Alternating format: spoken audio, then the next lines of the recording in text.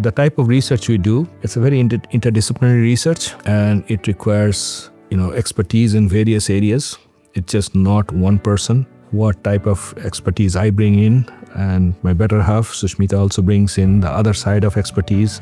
Amit is a great teacher, educator, researcher, and a mentor. His contribution to research and WSU, it is really wonderful. Now we have students, they're like third generation professors. So our students have become professors and their students are now becoming professors. So if you think of it, it's like academic grandfather, if you can call it. And it is a legacy. It is definitely a legacy that we cherish. We are very fortunate to have very good group of students, and this husband-wife relationship, I'm looking forward to it for many more years together. Congratulations, Amit. It's very well deserved, and I'm so happy, excited, and proud of you.